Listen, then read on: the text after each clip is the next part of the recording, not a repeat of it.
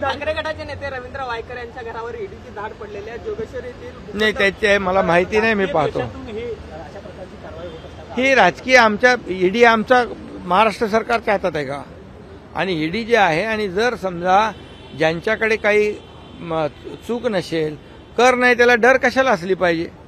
त्यामुळे कुठल्याही प्रकारची सूड भावनेने राजकीय आकस ठेवून कुठलंही काम आमचं सरकार करणार नाही.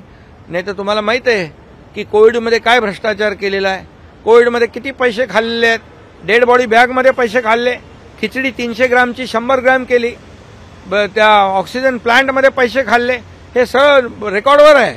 मग आम्ही त्यांना काय म्हणायचं? कपन चोर म्हणायचं का खिचडी चोर म्हणायचं? मी अगोदर पण म्हटलेलं आहे. त्यामुळे आरोप करताना पहिले तर जे आहे त्या पुराव्याशिवाय कोणी आरोप करू नयेत, आणि कोणाला घाबरण्याची काय आवश्यकता आहे? जे काय होईल, दूध का दूध, पाणी का पाणी, आणि कर नाही त्याला डर कशाला असली पाहिजे? आणि पुन्हा एकदा सांगतो, आमचं सरकार आकसापोटी, सूड भावनेपोटी कुठली कारवाई केलेली नाही, करणार नाही. लोकशाही मराठी ऐका, पहा, जागरूक रहा.